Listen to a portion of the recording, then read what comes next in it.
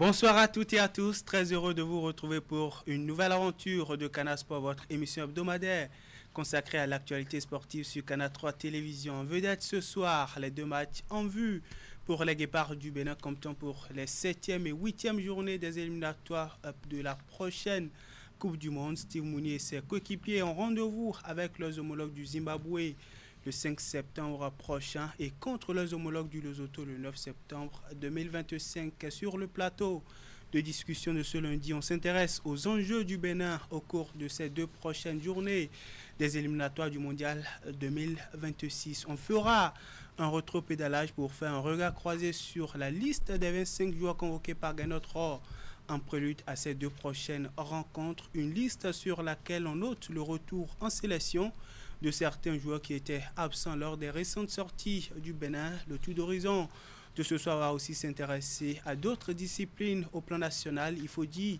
que l'arène du sport béninois est bien assez mouvementée ces dernières semaines. Les championnats nationaux au niveau de plusieurs disciplines sportives battent leur plein. Au wushu, au judo et autres, on connaît déjà les champions nationaux de la saison 2025. Restez avec nous pour les découvrir.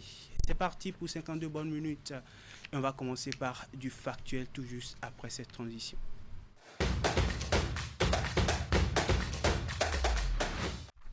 Du sport d'entretien pour démarrer, la Ligue littorale de la Fédération béninoise du sport pour tous a tenu le week-end écoulé la phase départementale du championnat national 2025. Ceci à travers une compétition dénommée la randonnée d'endurance du littoral et elle a servi de plateau d'évaluation des randonneurs du littoral pour déterminer les 3 meilleurs par catégorie dans les différentes épreuves qui seront à la phase nationale. Voici les détails.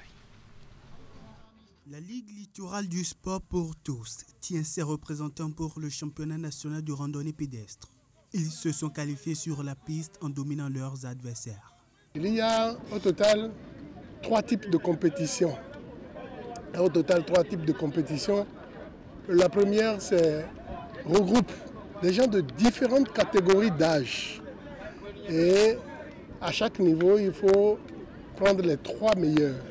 Ceux qui vont représenter la Ligue du littoral au rendez-vous de Porto Novo 2025 sont entre autres Da Trinidad Emiliano et Ali Manan chez les cadets hommes et Humbedi Nehemi chez les cadettes femmes.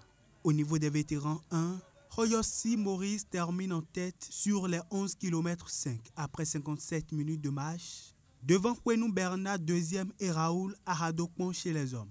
Du côté des dames, Balo Justine, Nyanka Diaren et Sosarut valident leur place au championnat national. Du côté des seniors dames, Wede Lenda et Dancy Christelle ont bravé les 11 km 5 avec un temps de plus d'1 heure pour décrocher leur qualification. Nous sommes persuadés qu'avec les performances que nos compétiteurs ont développées, nous sommes persuadés d'être les champions. Le championnat départemental de randonnée d'endurance du littoral a été un rendez-vous d'une matinée exceptionnelle de sport, de dépassement de soi et de convivialité. Cadets et juniors ont parcouru une distance de 5 km. 11 km 5 pour les seniors, 10 km pour les vétérans et 6 pour les super vétérans. Nous avons assisté à une très belle phase départementale de ces randonnées où plusieurs athlètes se sont mesurés en hommes comme en dames. Je le dis déjà à demi-mot pour dire que nous sommes partis pour rafler des trophées et donc nos compétiteurs sont en jambes et c'est d'ailleurs pour ça que cette sélection a été organisée et ils sont suffisamment informés pour que la sélection du littoral soit la meilleure. Les athlètes ont suffisamment été aguerris pour affronter les autres des autres départements et donc nous leur dirons du courage, félicitations déjà pour ce qui est fait. Il reste encore à faire parce qu'à Porto Novo, nous devons rafler toutes les médailles. Les randonneurs de la Ligue littorale du sport pour tous, qualifiés pour le championnat national de randonnée pédestre 2025 au niveau des épreuves de relais, 4 x 2,5 km hommes et dames et de fitness mixte sont aussi connus. Sport, santé et endurance, ils ont marché vers la qualification. Rendez-vous au mois de septembre à Porto Novo pour la phase nationale du championnat de cette discipline, pour ne pas dire de la randonnée pédestre. Football maintenant, le tournoi de fraternité où les a livré son verdict le week-end écoulé à Sarouedoutou dans la commune de Rouergue. La finale de ce tournoi a connu une grande mobilisation des fils et filles de la localité venus se distraire à travers ce moment de plaisir auquel ils sont habitués depuis 3 années déjà. Narcisse Alossé.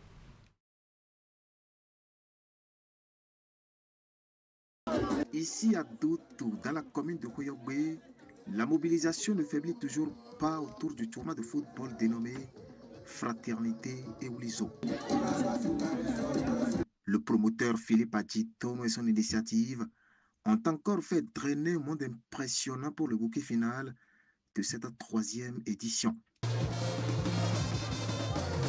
Une grande finale qui a opposé l'équipe de Vasco Football Club, dont les joueurs sont ici en rouge et blanc, à Garoué Football Club.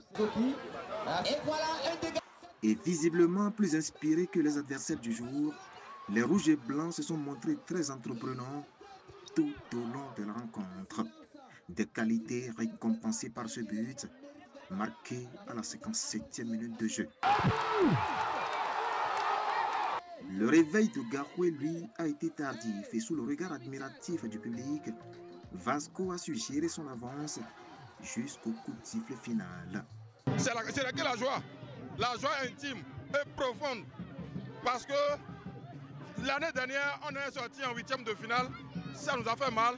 Et quand on a appris l'édition de cette année, on s'est dit attention, il faut tout faire pour remporter celle-ci. Ce que vous venez de voir. Et tout comme le vainqueur de l'épreuve, les finalistes malheureux et bien d'autres participants à ce tournoi sont repartis avec des lauriers offerts par le promoteur Philippe Adjitono, président directeur général de l'établissement Eulizo. L'épanouissement de la jeunesse de Rouergue, tout ce qui touche le développement local de la commune de Rouergue m'interpelle et m'intéresse. C'est pourquoi quand mon frère, qu'on ne présente plus, Eulizo, m'a sollicité, je suis toujours avec lui. L'objectif, c'est très simple. Filippo a toujours pensé à sa population en organisant des tournois pour les vacances. Et nous sommes en vacances, il faudrait que nous ayons de loisirs pour la population. Monsieur Philippe Adjitono est l'un des jeunes qui valorise la volonté de la jeunesse, qui valorise le sport. Connu pour son engagement au service de sa communauté, Philippe Adjitono profite toujours des vacances scolaires pour regrouper les jeunes de la commune de Rouergue et ses environs autour des loisirs sains. Une contribution à l'épanouissement populaire qui lui a valu une distinction à l'issue de cette grande finale. Et si on s'intéressait à une autre discipline, dans son ambition de développer le bras de fer sportif sur toute l'étendue du territoire national, la Fédération béninoise en charge de cette discipline poursuit le renforcement des capacités de ses principaux acteurs. Après les arbitres, c'est au tour des coachs de bénéficier de la toute première formation nationale certifiante de licence T de bras de fer sportif. Elle s'est déroulée du 25 au 28 août dernier sous l'égide de la Confédération africaine de bras de fer sportif avec le soutien du ministère des Sports du Bénin. La session de 4 jours a réuni 22 participants venus de divers horizons. Retour ici sur le bien fondé de cette première formation certifiante avec le président de la Fédération béninoise de bras de fer sportif, Jérémy Benho. L'objectif, c'est déjà de doter la fédération d'un personnel qualifié, capable de pouvoir enseigner et transmettre la connaissance de façon la plus saine, vous voyez, et dans les meilleures conditions également. Et c'est ce qui nous a le plus motivés et également renforcer la capacité de nos athlètes à pouvoir être bien préparés pour l'année prochaine qui est l'année de la qualification pour les prochains Jeux africains 2025. Et donc, pour nous, c'est d'une importance capitale qu'avant que nous ne passions l'année 2025, que notre personnel, que nos athlètes soient suffisamment entraînés, formés et que nous dotions suffisamment de personnel, ne serait-ce que le moindre que nous pouvons répartir dans les 12 départements du Bénin qui iront faire le job pour développer et créer de nouveaux clubs. Je suis tout simplement, on va dire, devant ce que je vois, assez ahuri de voir qu'une aussi jeune fédération prenne dans ces subventions pour organiser une aussi importante formation. Faisant venir au Bénin un expert international et n'attendant pas, n'est-ce pas, que ce soit l'État qui lui apporte tout. À l'issue de la formation, 20 des 22 participants ont décroché le parchemin. Par ailleurs, les 3 meilleurs vont bénéficier d'une formation internationale l'année prochaine au cours de la Coupe d'Afrique des Nations de bras de fer sportif 2026. Suivez ici les mots de l'expert international qui a animé cette session de formation précédée de quelques participants. La formation s'est bien passée et on a eu la présence du secrétaire général de la WAF qui nous a donné le maximum de lui et nous avions pu assimiler ça en un peu de temps. Je suis vraiment contente et heureuse d'avoir participé à cette formation. C'est une formation qui nous permet de rester, d'avoir des objectifs, voilà, de connaître nos objectifs spécifiques et de savoir comment, à l'avenir, comment développer cela envers nos nouveaux athlètes. Déjà, ils avaient une assez bonne base, mais il fallait essayer de leur faire comprendre la nécessité d'avoir un bon entraînement, des moments qu'il faut toucher tout au plus. Parce que le problème souvent dans l'entraînement, c'est de toucher les muscles qui servent à l'activité que vous voulez pratiquer. Dans le cas du bras de fer, il y a des muscles qu'on doit toucher plus que d'autres. C'est un peu ça. Donc il fallait essayer de montrer aux athlètes les muscles qu'il faut toucher concernant leur sport et en plus leur montrer comment les exercer pour rendre les athlètes meilleurs que maintenant. À partir de ce séminaire-ci, que les gars ne s'arrêtent pas de travailler, qui travaillent tout le temps. Il y a aujourd'hui une panoplie de choses qu'on trouve sur Internet, sur lesquelles ils peuvent eux-mêmes s'instruire, avoir des connaissances sur l'entraînement qui puissent les aider dans le futur. D'une fédération à une autre, intéressons-nous maintenant à celle qui s'occupe des sports électroniques. Le championnat national édition 2025 a connu son épilogue samedi 23 août dernier avec à la clé la phase nationale de la Bénin eSport League. Il s'agit de la 2e édition organisée avec cette année un nouveau format qui a d'abord pris part les phases qualificatives avant l'étape finale. Retour ici sur les grands moments de la compétition dans ce reportage que nous présente Esther Tofa. Les gamers des différentes associations affiliées à la Fédération béninoise des sports électroniques ont tenu le rendez-vous de la 2e édition de la compétition dénommée Bénin eSport League. Un challenge national qui a réuni cette année les 27 athlètes issus des phases qualificatives en Tekken 8, Street Fighter 6 et IFC. Ce qui était autrefois vu comme de la simple distraction est ici plus qu'une religion pour les férus des sports électroniques.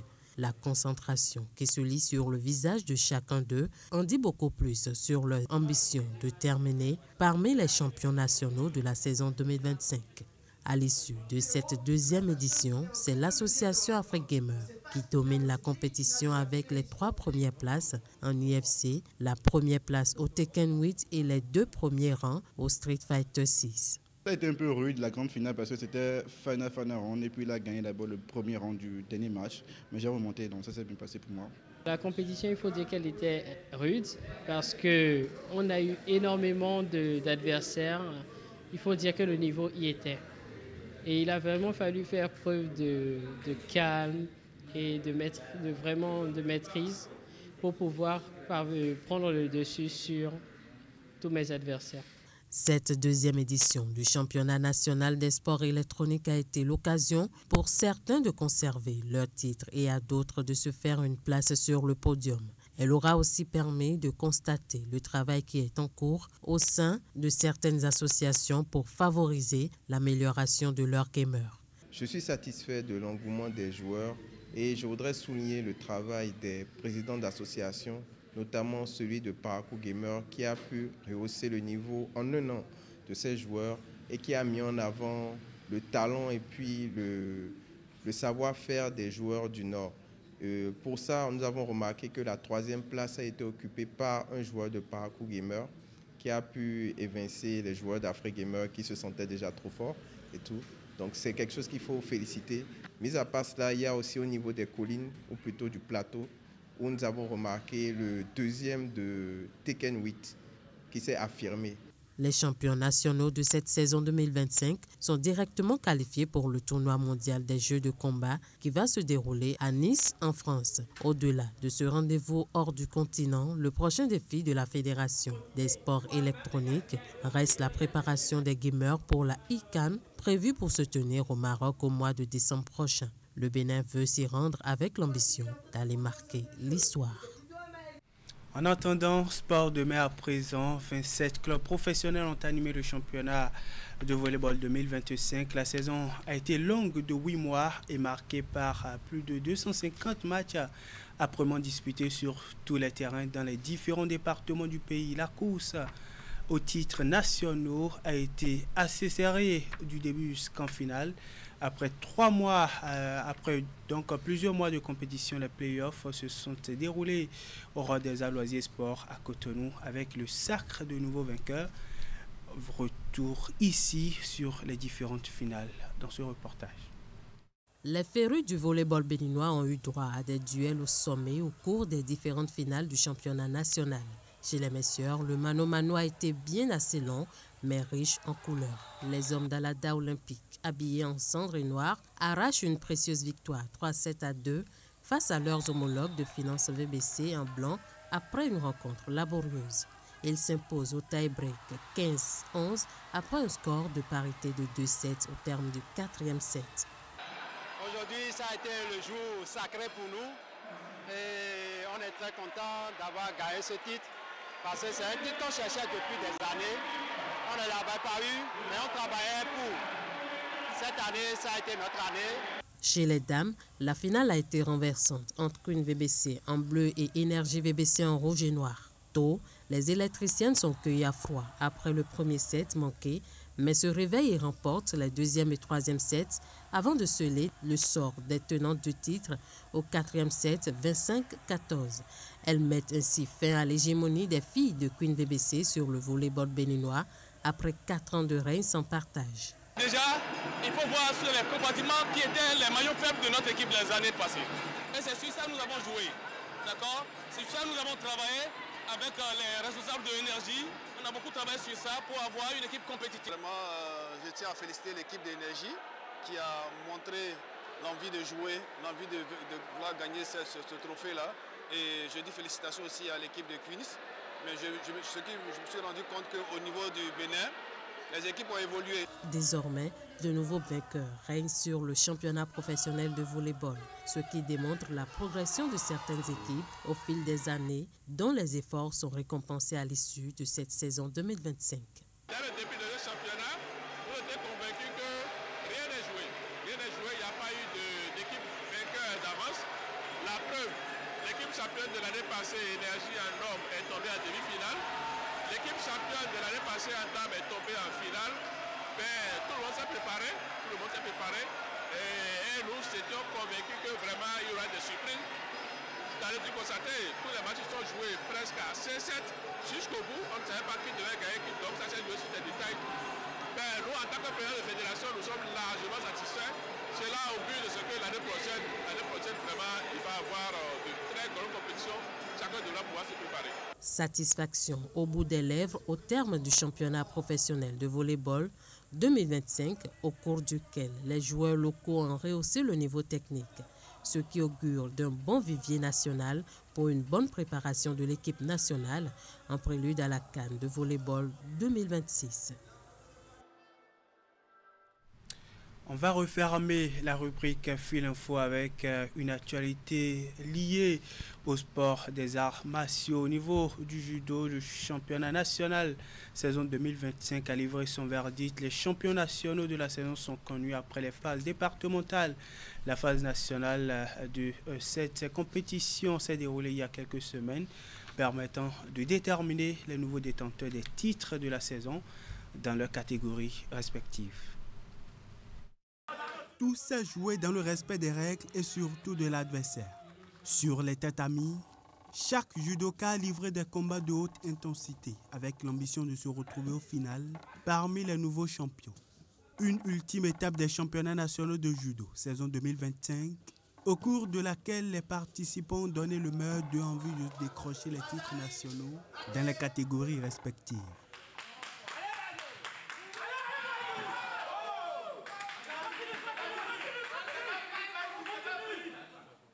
Chez les minimes, les cadets, les juniors ou encore les seniors, les judokas ont puisé dans leur réservoir à technique, la projection, le contrôle au sol ou encore les frappes sur points vitaux. Tout ceci avec de la technicité et l'agilité nécessaires pour dominer les duels.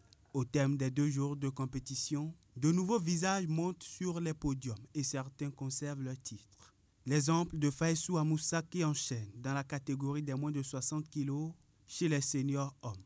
Tout comme lui, Rosine Baudrenou demeure championne nationale des moins de 70 kg. J'ai beaucoup aimé par rapport à l'organisation. Pour moi, c'est un défi parce que je suis champion dans la catégorie. Je viens et m'imposer en fait. On veut plus de femmes, que la fédération mobilise les femmes, les entraîne, organise des camps également pour qu'on puisse renforcer le judo féminin. Couplé avec la cérémonie d'hommage solennelle aux légendes du judo béninois, ces championnats nationaux ont servi de cadre pour distinguer les figures emblématiques de la discipline. Ceci à travers une cérémonie symbolique d'élévation au grade honorifique de 6e dan, une manière pour la Fédération béninoise de judo de saluer leur mérite et leur parcours dans la famille du judo béninois depuis 1944. Votre parcours force le respect. Votre discipline, vos sacrifices, votre constance et votre passion ont tracé un chemin pour les générations futures. Recevoir le 6e dan, c'est porter la responsabilité de transmettre, d'inspirer, d'élever encore plus haut le judo béninois. Vous êtes les modèles, non seulement sur le tatami, mais aussi dans la société.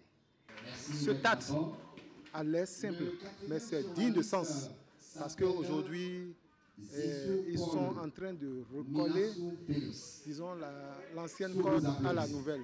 Je suis très content et je félicite la fédération béninoise à continuer de cette manière. Une édition historique des championnats nationaux de judo qui aura tenu toutes ses promesses cette année avec une compétition de haut niveau et un hommage solennel aux légendes du judo béninois, ce qui incarne une tradition, des valeurs et un esprit de transmission entre les générations. C'est sur cette note de judo qu'on va mettre un thème à la rubrique Fil Info et installer à présent le plateau de discussion tout juste derrière cette transition.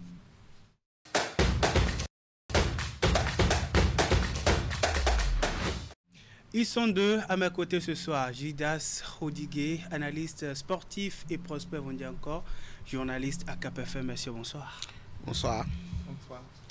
Ensemble, nous allons débattre des enjeux du Bénin pour le compte des 2 prochaines journées des éliminatoires du Mondial 2026, notamment les 7e et 8e journées où les Guépards vont défier le Zimbabwe et le Lesotho.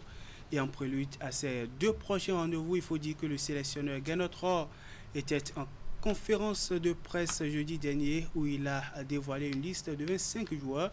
Vous allez le voir sur le tableau, une liste sur laquelle il n'y a pas de nouvelles têtes. C'est clairement pas de nouveautés, mais plutôt de retour en sélection de certains joueurs comme Andreas Rontondi, Tosin Ayegun, absent lors des récentes sorties de la sélection nationale. Et l'autre retour, c'est aussi celui du milieu de terrain béninois Rodrigue Kossi, qui a récemment changé de club et qui évolue désormais en première division marocaine, notamment du côté de la Sania Union Sport Diagati. Alors, Prosper, quel est votre regard sur la liste de 25 joueurs, des 25 joueurs convoqués par le sélectionneur Ghana 3?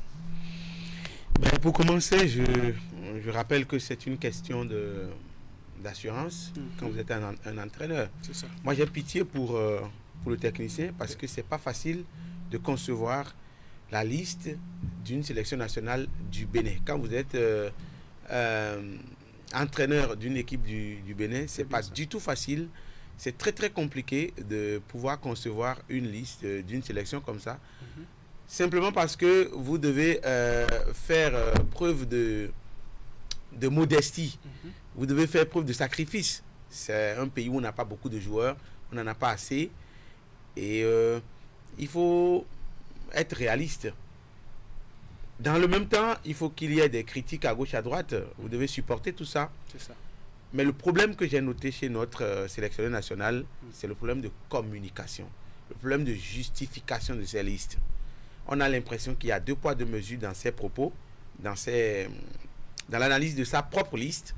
C'est ça peut-être qui suscite des réactions au niveau des Béninois. Il ne faut pas me mettre à donner des exemples parce que ça va donner l'impression qu'on n'aime pas X ou Y dans la liste du technicien. Mais il ne justifie pas bien ses choix et il ne justifie pas bien les absences de la liste. Donc, nous sommes tous unanimes sur le fait que nous ne pouvons pas être d'accord avec une liste d'un sélectionneur. Mais quand on vous dit, voilà la raison pour laquelle X ou Y n'est pas sélectionné, et qu'en même temps, les mêmes raisons pour lesquelles on n'a pas sélectionné X ou Y sont les mêmes raisons qui vont contribuer à la sélection de X ou Y, voilà, ça pose un problème. Il y a de quoi se poser des questions. Ouais, c'est exactement ça. C'est bien cela. Ida Sodigé, en regard sur la liste de 25 joueurs du sélectionneur Ghana 3 pour le compte de cette 7e et 8e journée des éliminatoires du Mondial 2026. Merci beaucoup. Mon regard, ça ne diffère pas trop de M. Prosper. C'est vrai qu'on n'a pas un pays fourni en effectif de joueurs. Mais pas forcément des joueurs qui évoluent dans les championnats UP. Voilà.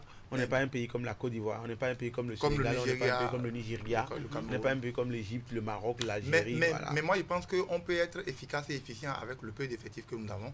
Je vous rejoins sur l'aspect communication. Il est très incohérent dans sa communication, notre coach. Et lors de sa précédente conférence de presse, il a eu à démontrer ça clairement. Donc, moi, je pense que on va plutôt laisser la manière de communiquer du sélectionneur s'intéresser qu'à sa liste, une liste de 25 joueurs, parce que c'est bien sûr le sujet de discussion. Oui, on va plutôt laisser... une liste de 25 joueurs, moi je pense que il doit beaucoup plus tabler sur la qualité et la forme actuelle des joueurs que de nous présenter chaque fois une histoire de qualification qui est liée à un effectif qu'il veut forcément conduire à une CAN. Un joueur, quand on le sélectionne, ce n'est pas parce qu'il a participé à une CAN, il y a de cela, qu'il a participé à la qualification. Quand vous parlez de ça, vous faites allusion à quel joueur? Non, quand il parle de Jodel Dessous, par exemple, où il dit, voilà, un joueur qui est très combatif, et il revient même sur les matchs que le Bénin a joué face au Nigeria, quand il était encore sélectionneur du Nigeria. Moi, je pense que quand on prend cet exemple clair et comparé à ce qu'on lui a demandé par rapport à Josué Thibodeau, qui est un jeune, un coach qui veut faire la promotion des jeunes, et moi je pense que si on veut donner une chance à un joueur, il faut qu'il vienne en sélection une ou deux fois avant que tu ne saches de quoi il est capable. Donc si je prends le cas de Jodel Dessous, qui est polémique à chaque fois, les raisons qu'il évoque, il est très incohérent. Clairement pour vous, Jodel Dessous ne devait pas faire partie de cette liste. Au regard de sa forme actuelle, il y a des joueurs qui sont mieux placés, à qui on pourrait donner la chance. Qui par exemple? Josué Thibodeau par exemple. Il pourrait venir en sélection. Même Romaric Amonsou, il est un jeune joueur. Donc aujourd'hui, c'est le football qui parle contre Jodel Dessous. On n'a rien contre Jodel Dessous. Comparé à un certain Josué Thibodeau aujourd'hui, qui renaît parce qu'il a disparu un peu. Il renaît aujourd'hui. Je pense qu'actuellement, c'est le moment de lui donner une chance pour voir de quoi il est capable. Encore que ce coach ne l'a jamais convoqué. Donc, on est encore à 4 mois de la CAN et des choses sont possibles pour que nous ayons un effectif encore plus compétitif que ce que nous avons actuellement. Clairement, selon vous, c'est le moment pour Gainotro d'expérimenter des joueurs qui sont encore dans la fleur de l'âge. Il faut dire que sur la liste, il n'y a pas de nouveauté, mais plutôt de retour en sélection de certaines têtes qui ont manqué à l'équipe lors du récent regroupement au poste de gardien de but. Comme vous le voyez à l'écran, les 3 de la précédente liste sont reconduits. Sartuna Lagbe, Serge Obassa et Marcel Dandinou au poste de défenseur. On note le retour en sélection de Cédric Hontondi, lui qui fait son retour, il n'était pas du récent regroupement du Bénin. Au milieu de terrain, Rodi Kossi, je l'ai évoqué un peu plus tôt, fait aussi son retour en équipe nationale. En attaque, nous avons Jodé Dossou, on en a parlé il y a quelques secondes. Jodé Dossou, Candace Fiogbe qui